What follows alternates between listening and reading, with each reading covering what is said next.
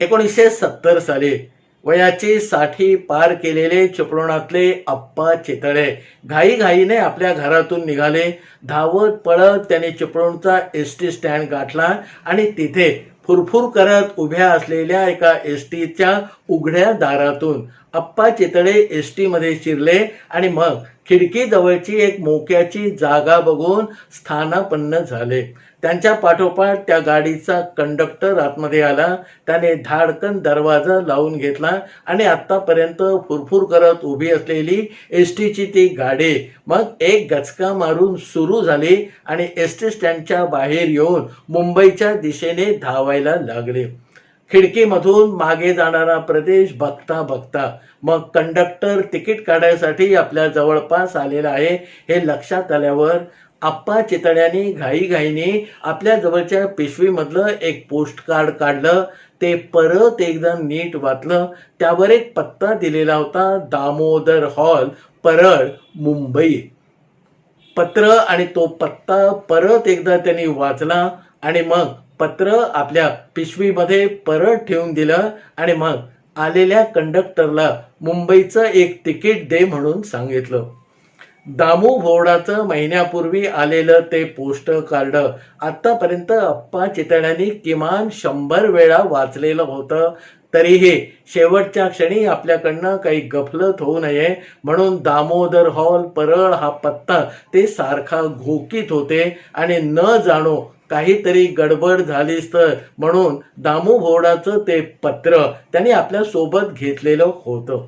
दामू भुवड हा आप्पा चितळ्यांचा शाळा सोबती फायनल पर्यंतचं शिक्षण चिपळुणामध्ये घेतल्यानंतर मग हा दामू भुवड मुंबईमध्ये आला आणि फायनल पर्यंतच्या झालेल्या शिक्षणाच्या जोरावर त्याला मुंबईच्या गोदीमध्ये कारकुनाची नोकरी मिळाली आणि मग हळूहळू तो मुंबईकर झाला. चिपळूणकरांच्या दृष्टीने तो पक्का चाकरमानी झाला. मुंबईमध्ये स्थिरावल्यानंतरही मिळणारी 15 दिवसाची हक्काची रजा घेऊन दर गणपतीला हा दामू भुवड चिपळुणामध्ये येत असे. जुने मित्र, आजूबाजूचे लोक या सगळ्यांना भेटत असे आणि आप्पा चितळ्यांसाठी तो 2-4 तास राखीव ठेवत असे आणि आप्पांच्या घरी जाऊन मनसोक्त गप्पा मारत असे. मुंबईमध्ये राजकीय, आर्थिक, सामाजिक जी काही उलाढाल झालेली आहे त्याचं जे जे आकलन आमच्या दामू भोवडाला होत असे ते आपल्या पद्धतीने तो आप्पा चितळ्यांना सांगत असे आणि आप्पा चितळ्यांना सुद्धा पेपरामधून येणाऱ्या बातम्यांपेक्षा या दामू भोवडाने सादर केलेलं बातमीपत्र अधिक विश्वासार्ह वाटत असे. सकाळी चिपळुणातून निघालेली एसटी 6-6:30च्या सुमारास मुंबईमधल्या परळजवळ आली आणि परळ नाक्यावर उतरून त्याच्यापासून हाकेच्या अंतरावर असलेल्या दामोदर हॉलमध्ये आप्पा चितळे दाखल झाले. त्यावेळेला दामोदर हॉल हा मुंबईतल्या तमाशाचं थिएटर म्हणून प्रसिद्ध होता. मुंबईतले मोठे मोठे तमासगीर इथे आपले तमाशे करत असत आणि त्यावेळेला लोकरंजनासाठी किंवा आपल्या मनोरंजनाचं जे साधन होतं ते 2 वेगळ्या टोकावरच्या लोकांनी वेगळं निवडलेलं होतं. मुंबईमध्ये स्वतःला उच्चभ्रू, सुशिक्षित समजणारा पांढरपेशा समाज दादर स्टेशनच्या बाहेर असलेल्या शिवाजी मंदिरमध्ये जाऊन नाटकं बघत असे आणि मध्यम वर्ग किंवा निम्न मध्यम वर्ग, गिरणी कामगार जो त्यावेळेला मुंबईमध्ये मोठ्या प्रमाणावर वास्तव्य करत होता ते आपल्या मनोरंजनाची भूक या दामोदर हॉलमध्ये होणाऱ्या तमाशाने भागवत असत. तमाशा काही 365 दिवस चालत नसे आणि मग दामोदर हॉल हळूहळू लग्न, मुंजी, बारशी अशा एक कार्यक्रमाला द्यायला त्या व्यवस्थापनाने सुरुवात केली आणि तीच संधीचा फायदा घेऊन दामू भुवडाने आपल्या 60 शांतीचा कार्यक्रम या दामोदर हॉलमध्ये आयोजलेला होता आणि महिन्यापूर्वी पत्र टाकून आप्पा चितळ्यांना त्याने आग्रहाचं आमंत्रण केलेलं होतं आणि दामू भोवडाच्या 60 शांतीला काहीही करून जायचं हे आप्पा चितळ्याने पत्र आल्या क्षणीच ठरवून टाकलेलं होतं आणि आज ते या दामू भोवडाच्या 60 शांतीला हजर झालेले होते. आप्पा चितळ्यांनी हॉलमध्ये प्रवेश केला तेव्हा वेगवेगळ्या गावची मंडळं बसावीत अशी वेगवेगळ्या ठिकाणी विखुरलेली डोकी बसलेली होती. आपापल्या भावकीतले लोक आपापलं कोंडाळं करून आपापल्या भावकीच्या गप्पा मारत होते. भुवड मंडळींचं वेगळं कोंडाळं, सावंत मंडळींचं वेगळं कोंडाळं, राणे मंडळींचं वेगळंच काहीतरी चाललेलं. असेच कलमस्ते, मोर्जे अशी सगळी मंडळं त्या दामोदर हॉलमध्ये विखरून बसलेली होती. आप्पा चितळ्यांनी पाय ठेवल्याबरोबर या सगळ्यांनी चमकून बघितला आणि आप्पा आले असा एक गलका हलक्या आवाजामध्ये त्यांच्या मंडळामध्ये घुमला. आप्पा 4 पावलं टाकून पुढे गेले. तो त्या दिवसाचा उत्सव मूर्ती दामू भुवड धावत आपल्या पत्नीला घेऊन पुढे आला. त्याने आप्पांना साष्टांग नमस्कार घातला आणि पुढे जे 2 राखीव असे कोच ठेवलेले होते त्या कोचावर तो आप्पांना घेऊन जायला लागला. तेवढ्यात त्याच्यामध्ये लक्षात आलं की बहुधा आप्पा एसटीतून आत्ता उतरून हॉलमध्ये दाखल झालेले आहेत हे त्यांच्या अवतारावरनं दिसत होतं. आणि मग सावध होऊन या आप्पांना दामू भोवडाने सांगितलं की आप्पा, जरा एक वेगळी खोली तुमच्यासाठी ठेवलेली आहे. तुम्हाला कपडे बदलायचे असेल, हाशूश करायचं असेल, तोंडावर पाणी मारायचं असेल तर तुम्ही तिथे आधी जाऊन या. आपल्या मनातलं या दामू भोवडाला कसं कळलं असा काहीसा भाव आप्पा चितळ्यांच्या मनामध्ये उमटला. आणि मग दामूने निर्देश केलेल्या दिशेला जाऊन आप्पा आपल्यासाठी ठेवलेल्या खोलीमध्ये प्रवेश करते झाले. 15-20 मिनिटांनी जरा हास्य हुस्य करून आपला कोट सारखा करून ते परत बाहेर आले आणि त्यांच्यासाठी ठेवलेल्या कोचावर बसले. आप्पा स्थानापन्न झाल्याबरोबर आत्तापर्यंत वेगवेगळ्या ठिकाणी असलेली भावकीची मंडळं जागृत अवस्थेमध्ये आली आणि मग त्यातल्या 2-2, 3-3 पुढारी लोक आपापल्या भावकीचं मंडळ सोडून आप्पांच्या आजूबाजूला येऊन बसले. त्यांच्या दृष्टीने आप्पा हा त्या दिवशीचा अनभिषिक्त असा सम्राट किंवा अघोषित प्रमुख पाहुणा होते. आप्पा आले म्हटल्यावर आता कार्यक्रम सुरू करायला हरकत नाही अशी ग्वाही या दामू भोवडाने फिरवले. आणि मग दामूच्या साठी शांतीचा जो छोटेखानी कार्यक्रम होता त्याला सुरुवात झाली. दामूच्या कौतुकाचा सोहळा पार पडला. त्याला 60 दिव्यांनी ओवाळलं आणि मग त्याच्या भावकीतले गोदीमध्ये त्याच्याबरोबर काम करणाऱ्या 1-2 लोकांनी 1-1 रुपयाच्या 60 नोटा गुंफून केलेले 2-4 हार त्या दिवशी दामू भोवडाची साठी म्हणून दामू भोवडाच्या गळ्यामध्ये घातले. हे सगळं झाल्यानंतर या दामू भोवडाने एखाद्या प्रमुख पाहुण्याने आपल्या सत्काराला उत्तर द्यावं अशा आवेशाने तो माईक आपल्या समोर आणला. आपण मुंबईमध्ये कसे आलो, त्याच्यानंतर कसे कष्ट केले हे सगळं सुरुवातीच्या 2-3 मिनिटांमध्ये कथन केलं. आणि मग मुंबई मला दिसली म्हणून आज मला हा दिवस दिसला असा काहीसा सूर त्याने लावायला सुरुवात केली. आणि वयाच्या 60व्या वर्षी आज मुंबईमध्ये आपल्या 2 मुलांसाठी आपण 2 हक्काची घरं घेतलेली आहेत असं छाती ठोकपणे समोर बसलेल्या सगळ्या माणसांना या दामू भोवडाने सांगितलं. लोकांनी टाळ्यांचा कडकडाट केला आणि मग त्याच्या पुढे खरोखरच दामू भोवडाला काही बोलायचं सुचेना म्हणून तो आपल्या जागेवर बसला. दामू भोवड जागेवर बसल्यावर खरा जो कार्यक्रम होता त्याची इतिश्री झाली याची पुरेशी कल्पना समोर बसलेल्या 100-150 माणसांना आली. आणि मग जेवायला अजून वेळ आहे हे कळल्यावरती पुन्हा एकदा गप्पांचा फड रंगवायला हरकत नाही असं मग हळूहळू लोकांच्या लक्षामध्ये यायला लागलं. लोक आपापल्या जागेवरून पांगले पण त्याच्यातले 30-40% लोक आप्पांच्या भोवती पुन्हा एकदा कोंडाळं करून जमा झाले होते. दामू आतमध्ये कपडे बदलायला गेला होता आणि समोर बसलेल्या तान्याकडे जेव्हा आप्पांनी आपली नजर वळवली तेव्हा तान्या आप्पांचे पाय धरत म्हणाला की आप्पा, या दामूनी लय मोठी मजल मारली. आज त्याने आता सांगितलं मुंबईत त्याची 2 घरं झाली, एक वडाळ्याला एक बोरिवलीला. आता हा दामू कधी वडाळ्याला असतो कधी बोरिवलीला असतो, त्याची लय मजा आहे बुवा. आप्पांना सुद्धा राहून राहून या गोष्टीचं आश्चर्य वाटत होतं आणि मनामध्ये फिरणारा प्रश्न विचारावा की न विचारावा या दुग्ध्यामध्ये ते पडल्याचं समोरच्या माणसांना स्पष्टपणे दिसत होतं. तेवढ्यात त्याच्या शेजारी बसलेला रघु म्हणाला की आप्पा तुम्ही आला ते बरं झालं, दामू तुमची खरोखर वाट बघत होता.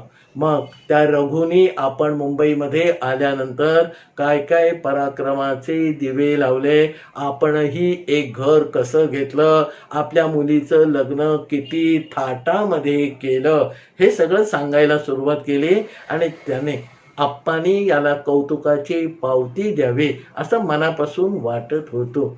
रघुच्या शेजारी बसलेला मग रमाकांत उठून उभा राहिला. तो म्हणाला, आप्पा तुम्ही मुंबईमध्ये आला ते बरं झालं, चिपळुणातलं आम्हाला आता सगळं कळेल, पण तुम्हाला तेवढा वेळ असेल. पण एक सांगतो आप्पा, मुंबई बघितले म्हणून आमच्या जीवाचं आणि जीवनाचं सोनं झालं. मग या रमाकांतने आपण मुंबईमध्ये काय काय पराक्रम केले, कसं एक छोटं दुकान काढलं, त्या दुकानाचं मोठं दुकान केलं, मोठं दुकानाचं अजून मोठं दुकान केलं, हे सगळं सविस्तर सांगितलं. आणि मग असं आपली चरपट पंजरी 15-20 लोकांनी सांगितल्यानंतर या सगळ्या चाकरमान्यांना आपण मुंबई गाठली, हेच मोठं काहीतरी केलं आणि म्हणून आपल्या कर्तृत्वाला वाव मिळाला असा एकंदर भाव सगळ्यांच्या सांगण्यातून प्रदर्शित होतो आहे हे आप्पांना जाणवलं. मग आप्पांच्या मनामध्ये सुरुवातीला तान्याने विचारलेल्या प्रश्नाचा जो रोग होता तो पुन्हा एकदा वळवळ करायला लागला. आणि मग त्याने तान्यालाच विचारलं की काय रे, दामूनी ही जी 2 घरं घेतले ते इतका पैसा मुंबईमध्ये मिळवून घेतली काय रे? त्यावर तान्या म्हणाला, छाम आप्पा, काहीतरी काय, गोदीमध्ये एवढा पगार कोणाच्या बापाला मिळतो काय? आणि मग तान्याने खरं काय ते सांगितलं. गावाला असलेली जमीन एक एक तुकडा विकत विकत मुंबईमध्ये या दामू भोवडाने घरं घेतलेली होती. त्याच्यानंतर रमाकांतला विचारलं की बाबा तुझ्या दुकानाचं काय? तो म्हणे, दुकान लय चालतं, पण दुकानामध्ये कधी माल भरायची वेळ आली तर मला गावाला जाऊन जमिनीचा तुकडा विकावा लागतो. तीच गत सगळ्यांची होती. येशा तीच कहाणी सांगणार हे आप्पांनी जाणलेलं होतं. आणि मग आप्पांना कुठेतरी विषण्ण किंवा वाईट वाटायला लागलं. असं सगळं चरबीचरण चाललेलं असताना अचानक आप्पांच्या डोक्यामध्ये चाललेलं विचारचक्र गचकन थांबलं, कारण त्यांना समोरून दामू भुवड येताना दिसला. दामू भुवड कपडे बदलून येत होता आणि आजचा तो उत्सव मूर्ती होता. म्हणून आप्पाने कोचावर जरा एका बाजूला सरकून दामूसाठी आपल्या शेजारी जागा केली आणि दामूला आपल्या हाताने धरून आपल्या शेजारी बसवलं. खरं तर झालेल्या एकंदर सत्कारामुळे दामू हरखून गेलेला होता आणि त्याच्यावर सोने पे सुहागा म्हणजे हे त्याचं सगळं कौतुक आप्पा चितळ्यांच्या समोर झालेलं होतं. म्हणून तो मनातल्या मनात अधिकच खुश झालेला होता. त्याच्यानंतर मग आप्पाने आता कडवट विषयाला हात घालावा की नाही हे विचार करायला सुरुवात केली. जरा वेळ वखत बघून आपण या विषयाला तोंड मात्र फोडलं पाहिजे असं आप्पा म्हणत होते. पण तेवढ्यात त्यांना ती संधी समोर बसलेल्या तुकारामाने आणून दिली. दामू शेजारी बसलेल्या आप्पांना तुकाराम म्हणायला लागला की आप्पा, अहो गावची जमीन म्हणजे एका अर्थी मसणवट, त्याचा मुंबईमध्ये काहीही उपयोग नाही. म्हणून आम्ही शहाणपणा करून एक एक जमिनी विकून टाकल्या. कूळ कायद्याचा एवढा मोठा पराभव तुम्ही स्वतःच्या हाताने केलेला आहे असं सरळ सोटपणे सांगावं असं आप्पांना वाटलं. पण आजच्या समारंभामध्ये इतकं तडफेने बोलणं योग्य होणार नाही, म्हणून आप्पांनी आपल्या मनातल्या विचारांना थोडा लगाम घातला आणि तोंडावाटे बाहेर पडणारे शब्द थोडा काळ का होईना पण रोखून धरले. पुन्हा ती जमिनी विकायची चर्चा झाली. पण आप्पांना राहून राहून एक प्रश्न पडत होता की एक दोन नव्हे तर समोर बसलेल्या 5-25 लोकांनी धडाधड आपल्या जमिनी विकल्या तरी कशा? कारण कुळ कायद्यामध्ये या जमिनी या कुळांकडनं कोणी प्रलोभन दाखवून लुबाडू नये म्हणून सरकारने एक कलम घातलेलं होतं की कुळांच्या जमिनी शक्यतो कुणाला विकता येणार नाहीत आणि विकायच्या झाल्या तर त्या फक्त दुसऱ्या कुळाला विकता येतील. आता एवढा मोठा घसघशीत कायदा केला असूनही या समोर बसलेल्या 5-25 लोकांनी धडाधड आपल्या जमिनी विकल्या कशा असा एक प्रश्न आप्पांच्या मनामध्ये दिसायला लागला. आणि तो प्रश्न समोर स्पष्टपणे दिसायला लागल्यावर त्याच्या आडून दुसरा एक प्रश्न आप्पांच्या समोर डोकावून दिसायला लागला आणि तो म्हणजे या जमिनी विकल्या गेल्या पण या खरेदी कुणी केल्या? मग खुंटा हलवून बळकट करण्यासाठी समोर बसलेल्या तान्याला आप्पांनी विचारलं की काय रे बाबा, तुझी जमीन तू विकलीस कोणाला? तान्या म्हणाला, अहो काय, राजवाडे सरकाराने माझे हसत हसत जमीन घेतली. आता कोकणाच्या भाषेमध्ये सरकार म्हणजे सावकार. मग आप्पांनी जरा खोलात जाऊन या तान्या आणि रमाकांतला विचारलं की बाबांनो, कुळाची जमीन कुळाला द्यावी लागते तर तुम्ही या सरकार म्हणजे सावकार लोकांना जमिनी दिल्यात कशा? मग त्याच्यावर थोडासा माहितगारपणाचा आव आणून शेजारी बसलेलं दामू भुवड आप्पांना समजुतीच्या स्वरामध्ये सांगायला लागला की आप्पा, मुंबईमध्ये येऊन आम्ही सगळ्यात आधी जर काही शिकलो असेल तर सरकारने केलेल्या कायद्यातल्या पळवाटा शोधायला शिकलो. आम्ही जेव्हा आमच्या जमिनी विकायला गेलो तेव्हा गावचे तलाठी, तहसीलदार म्हणजे त्या काळातले मामलेदार आम्हाला सांगत की बाबा, तुला जमीन विकताच येत नाही. आता जमीन विकता येत नाही, इथे खर्चानी मोठं तोंड उघडलेलं आहे. अशा वेळेला मुंबईमधल्या एका शहाण्या माणसाने आम्हाला सांगितलं की बाबांनो, तुम्हाला जर जमीन विकता येत नसेल तरी त्या जमिनीचे पैसे हवे असतील तर तुम्ही एक काम करा, तुमच्या गावामध्ये जो सावकार एखादा असेल त्या सावकाराला तुम्ही जमीन लिहून द्या, गहाण म्हणून ठेवा आणि त्याच्याकडनं त्या जमिनीची जेवढी किंमत असेल तेवढं गहाणच्या पोटी घेतलेली रक्कम म्हणून वसूल करा. आता गहाण ठेवलेली जमीन, घेतलेले पैसे व्याजासकट परत दिल्यानंतर त्या सावकाराला जमीन परत द्यावी लागते. पण तुम्ही त्या भानगडीत पडूच नका. सावकार मग कंटाळेल, 2-4 नोटिसा पाठवेल आणि मग त्याच तहसीलदार तलाठ्याच्या मदतीने ती जमीन जे गहाण टाकलेली आहे ती आपल्या नावावर करून घेईल. तुम्हाला पैसे मिळतील, त्या सावकाराला तुमची जमीन हातोहात दिली जाईल. सगळ्यांचे चेहरे दामूचं हे सगळं सांगत असताना लकाकलेले होते. म्हणजे आप्पांच्या समोर बसलेल्या सगळ्यांनी हाच मार्ग अनुसरलेला होता हे कळायला आप्पांना फारसा काही वेळ लागला नाही. त्याच्यावर मग प करत यशवंता आप्पांची समजूत घालायला लागला की आप्पा, आम्ही काय मजेसाठी जमिनी विकल्या नाहीत. त्यावर आप्पा तडकले आणि म्हणाले, येच्या तू मेल्या बोलू नको. अरे तुझी जमीन मीच विकत घेतलेली आहे, तू काय मला शहाणपणा शिकवतोस? तिथल्या तिथे त्याला गप्प करून मग आप्पा आपल्या मनामध्ये आतापर्यंत खदखदत असलेल्या विषयाची तयारी पूर्ण झाली आहे हे जाणवल्यावर समोरच्या लोकांना समजुतीच्या 4 गोष्टी सांगाव्या म्हणून त्यांच्याशी संवाद साधायला लागले.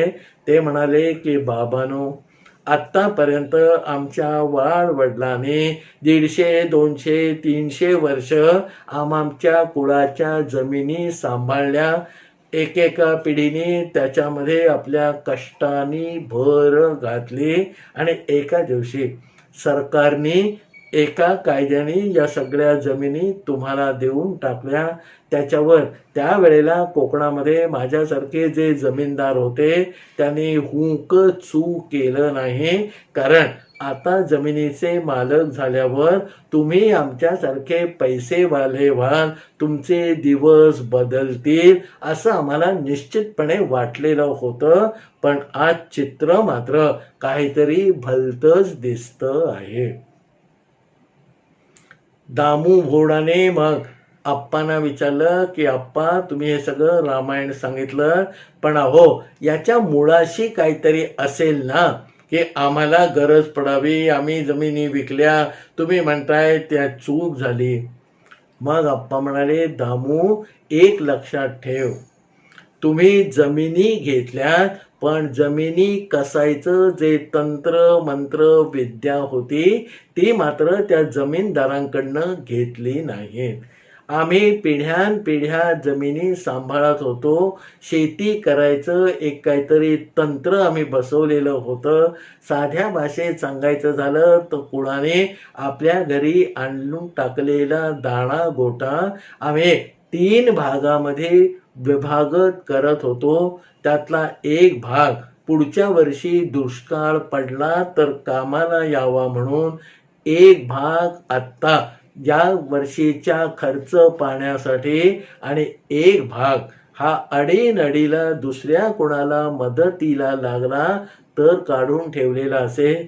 या 3 भागामधून परत पायली 2 पायले धान्य आम्ही वेगळं काढत होतो. ते पुढच्या 2 वर्षासाठी बीज पेरणी म्हणजे पेरायसाठी जे लागतं ते धान्य असायचं. आकाशामध्ये कुठचे ढग आले की पेरा कधी करायचा, शेताची नांगरणी भाजावळ कधी करायची, कुठच्या मोसमामध्ये कुठच्या पिकाला बहर येतो, हे सगळं पिढ्यानपिढ्या साचत आलेलं ज्ञान या जमीनदार लोकांकडे होतं. तुम्ही एका कायद्याने या जमीनदारांकडनं जमिनी घेतल्या, पण ही जमीन कशी कसायची याचं शास्त्रशुद्ध शिक्षण किंवा गमभन त्या जमीनदाराच्या पायाशी बसून तुम्ही समजावून घ्यायला हवं होतं. ते जर तुम्ही समजावून घेतलं असतं तर तुमचे चिपळुणामध्ये, साखरप्यामध्ये, देवरुखामध्ये राहूनच दिवस पालटले असते. मुंबईसारख्या या 1.5 खणाच्या खोलीमध्ये आयुष्यभर राहण्याची तुमच्यावर वेळ आली नसती. जमिनी मिळाल्याच्या आनंदामध्ये तुम्ही हरखून गेलात. तुम्हाला जशी वाटली तशी शेती केली, त्याच्यातनं पीक येणं, तुमच्या हाती पैसा येणं शक्यच नव्हतं. आणि मग कोकणातली शेती नुकसानीत जाते असं काहीतरी आपला समज करून घेऊन तुम्ही या आपल्या शेताचे म्हणजे काळ्या आईचे तुकडे विकून टाकले. आणि एक लक्षात घ्या, ज्या लोकांच्या जमिनी तुम्ही काढून घेतल्या होतात आजच्या तारखेला बहुतेक त्या सगळ्या लोकांनी या ना त्या रूपाने तुमच्या जमिनी परत आपल्याकडे जमा करून घेतलेल्या आहेत. आणि त्यांनी याच्यामध्ये कुठेही कपट केलेलं नाही. तर तुम्ही जो काही सगळा खेळखंडोबा मांडला त्याच्यामुळे तुम्हालाच दाती तृण धरून या जमिनी विकाव्या लागल्या. आप्पा दामूच्या साठी शांतीला येऊन हे मात्रेचे वळसे देतायत, हे चुकीचं करतायत किंवा समारंभाला गालबोट लावतायत असं तिथे बसलेल्या कुणालाही वाटलं नाही. कारण गेल्या 20-22 वर्षाचा सगळा धावता आढावा आणि त्याची कारणमीमांसा स्पष्टपणे आणि तितक्याच परखडपणे आप्पा चितळे समोर बसलेल्या सगळ्या लोकांना सांगत होते. त्याच्यावर मग आप्पा म्हणाले, बाबांनो, कालपर्यंत जे झालं ते सोडून द्या, पण याच्या पुढे आता तुमच्या ज्या काही गुंठा 2 गुंठा जमिनी असतील त्या तरी टिकवायचा आटोकाट प्रयत्न करा. आणि आज मी बोलतो हे तुम्हाला कडू वाटलं तरी चालेल, पण निदान तुमच्यातल्या 2% लोकांनी जरी सावध होऊन आपला निर्णय फिरवला आणि त्याच्यातून तुमच्या पुढच्या पिढ्यांचं भलं झालं तर ते बघायला मला नक्की आवडेल.